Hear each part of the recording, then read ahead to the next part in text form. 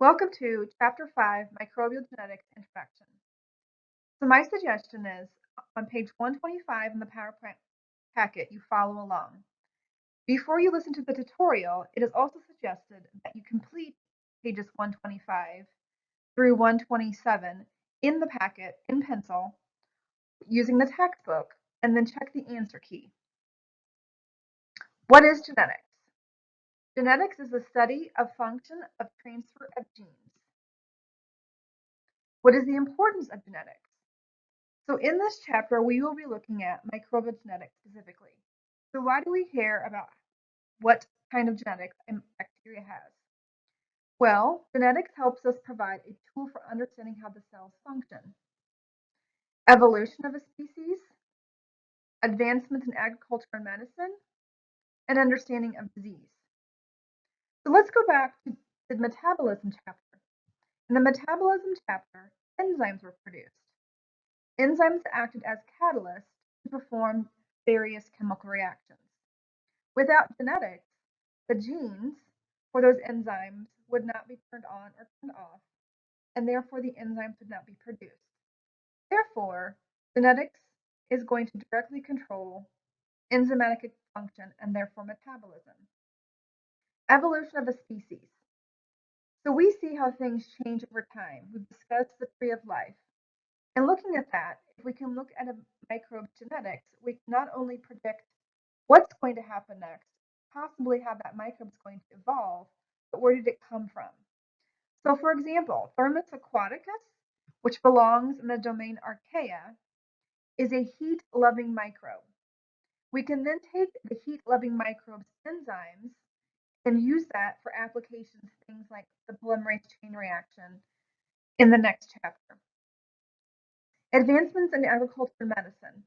So today we are able to yield bigger crops, grow bigger plants, have things like insulin here in the picture that comes from bacteria to help people. Also, we can figure out antibiotic resistance. However, these advancements sometimes come at a cost. So is it possible that some of those engineered products actually may cause harm? It's possible depending on the person. Understanding of diseases. So if we can figure out what the genome is and which gene does what, we can sometimes turn it off. So for example, we are able to now know which genes cause breast cancer, the BRCA gene, or which genes cause Alzheimer's. If we can see if a person has that gene, we can suppress it or repress it and keep it turned off and possibly prevent those illnesses from occurring. Information on antibiotic resistance. So antibiotic resistance is a very large topic that we will discuss in detail in the last unit. The general idea is an antibiotic is no longer effective because the bacteria has become resistant. In other words, the bacteria no longer fights off the antibiotic. That comes from genetics, and we will see that in the second part of this discussion. Genome, what is it? All the genetic information in the cell. That includes the genes, the DNA, the chromosomes, etc. It contains chromosomes. So let's think about chromosomes. So E. coli, which we've studied a lot this semester, is only going to have one chromosome. And on that chromosome, it has 4,288 genes. Those construct about 1 millimeter. And we've talked about this before. 1 millimeter is very small because E. coli is very small. But compare that to human cells have 46 chromosomes. If you recall from your previous courses, humans get 23 chromosomes from their mother, 23 chromosomes from their father, which gives us 46. So we have a lot more chromosomes. Those chromosomes then contain 25,000 genes that can stretch out for about 6 feet. So again, it is actually advantageous for the microbe to have less genes, less chromosomes, and to be less complex. Not only does them allow them to advance or adapt easily, but it also leads to less mutations. So let's look at see how all these components are going to fit together. So a chromosome, seen here, is kind of this X shape, is going to contain genes. So what is a gene? Genes are segments of DNA. So as we're going down this list, we're getting smaller and smaller. So we go from the genome, which is all of the organism, to the chromosome, to the gene. Now we're to DNA. There's three types of genes: structural genes, which are going to code for proteins, which we'll discuss later; regulatory genes, which control gene expression; and genes that code for something called RNA. What is DNA? It is a type of nucleic acid. So again, we went smaller as we went from our large cell to inside that cell. Our chromosome, of which we're talking about bacterial cells, such as E. coli, has one, and then we're talking about genes and then pieces of the DNA of that particular gene. Those are the levels of a genome. This next slide is showing the exact same thing, just a more colorful view. So in this slide, we have a picture of a flower or a plant growing, looks like on a log. If we took that one plant seed or one plant cell and looked inside, we would see a cell. Inside the cell, we would see the chromosome. Inside the chromosome, we would see the DNA. Segments of that DNA, meaning portions of that DNA, are genes. So we're going to focus most of our energies on this idea of DNA and genes.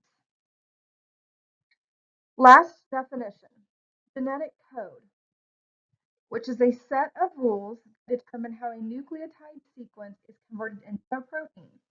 So what really does that mean? What we're saying is we take an organism's DNA, look at a segment of it, and figure out a protein. Again, proteins act as enzymes. So how the proteins are put together, how the amino acids are put together, depends on the function of the protein. So for example, in our previous discussions or chapters, we've looked at metabolic reactions or physiological tests. For example, amylase was an enzyme whose job was to break down starch. So amylase would contain a certain sequence of amino acids. All of these are amino acids: leucine, proline, alanine. Each of these amino acids, when they're linked together, forms a different protein. That protein has a specific job. So in amylase's case, amylase's job was to break down starch into sugars. And we will see this genetic code and this figure again later in the presentation. Genotype versus phenotype. So you might have heard of these in your previous classes. Basically, your genotype is who you are. For humans, you get your genotype from your parents. It represents potential characteristics. So for example, if your mother has blue eyes and your father has brown eyes, you have the potential to have one or the other. So in our analogy or an example, we see a bacteria called Serratia marcescens. This is actually a bacteria we have studied quite a few times in lab this semester. This bacteria has the capability to turn red under certain environmental conditions. And as you can see here, at 25 degrees Celsius, our room temperature, it would turn red. So those genes would be turned on. The phenotype is the expression of the genotype. It is what we actually see. It is the actual observable characteristic. So in our analogy of blue eyes or brown eyes, if you actually have blue eyes, that is the phenotype, what you can see. So for example, Serratia marcescens is red. So again, here at 25 degrees, it is red, and at 38 degrees, it stays this white color. This is also going to be part of a lab activity in a few weeks. So here we are on page 125 of your PowerPoint packet. We have covered questions 1 through 8 on this worksheet. The answers are also seen here in red. The answer key to this worksheet is also located on Blackboard. It is the same answers on the PowerPoint presentation. It's just written in a PowerPoint presentation format. So make sure you understand all of the key concepts. DNA characteristics. You should turn in your packet to page 126 and follow along. So DNA is the foundation of all living things, whether a bacteria or a human or a plant. DNA stands for deoxyribonucleic acid. And we're going to break down what that means. DNA is an example of a nucleic acid. So what is a nucleic acid? Nucleic acid is a macromolecule whose building blocks or monomers are nucleotides. Nucleotides are going to be made up of three things: a phosphate, a 5-carbon sugar, and a nitrogenous or nitrogen base. So let's look at the picture over here on the side. So first and foremost, we see a molecule of DNA. We know it's DNA because it has a double helix, or it's two-stranded.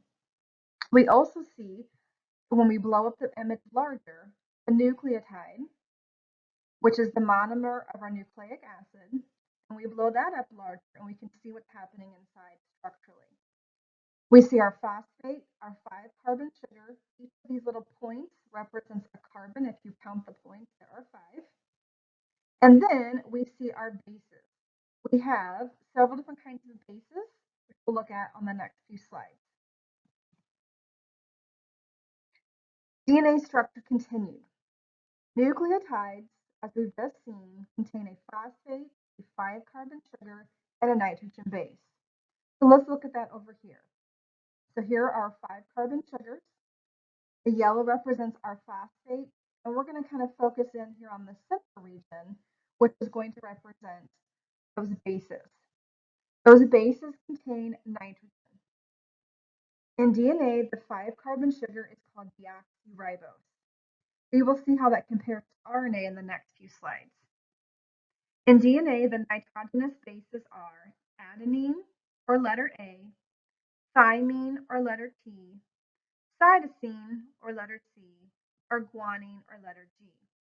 So here we see in table 5.2 how these are going to actually pair together. So adenine, guanine, cytosine, thymine. We will talk about uracil a little later.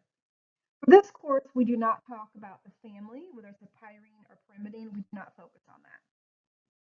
The nitrogen base is complementary base pair. So what does that mean? What that means is certain bases always pair with other bases. Why is that? It's just a chemical reaction. So always A is going to pair with T, as you can see here in the picture, and C is going to pair with G. Always. So adenine pairs with thymine, and cytosine pairs with guanine. And you can see over here in our table who pairs with whom. It is going to be important to remember who pairs with whom as we continue to progress through chapter 5. DNA structure continued. DNA is double-stranded and it contains a double helix. So here you can see one strand with the 5-carbon sugars, the phosphates and our bases, and another 5-carbon sugar, our phosphates and our bases. So it is 2 strands. The nitrogen bases are attached by hydrogen bonds. So here we can see these double lines, which you need to know what the double and triple mean. We can see the lines, and those lines represent, in this case, hydrogen bonds. Why is that important? Those hydrogen bonds attach the bases, and when we do DNA replication in the next few tutorials, we're going to break those bonds or separate them to make more DNA. The 2 strands of DNA are what we call anti-parallel. That means they run in opposite directions. So one strand is going to be 5 prime. The 5 prime is going to correlate with the carbons. The 3 prime, and the other strand is going to be 3 prime to 5 prime. So let's break that down. Anti means against or opposite. Parallel typically means running in the same direction. So anti-parallel would mean running in opposite directions. So if this strand is 5 prime to 3 prime, the opposite of that is this strand, 5 prime to 3 prime. The 5 prime end contains a phosphate. So here you can see the phosphate, represented in yellow, is attached to that 5 prime end. You can see the exact same thing occurring at this bottom on the opposite end. The 5 prime end cannot have nucleotides added. So the analogy I like to use is the 5 prime end is kind of like the caboose of the train. You cannot add more train cars. In this case, you cannot add new nucleotides. That will be significant in the next few tutorials. The 3' end, located down here or at the top, is going to contain what's called an OH or hydroxyl group. And they're up here. It doesn't actually show the OH in this picture. An OH hydroxyl group, we can add nucleotides. So what does that mean? It means when we make a new DNA molecule, we're always going to make the new strand in the 5' to 3' direction. We will focus on that more in the next few tutorials. So here we are in the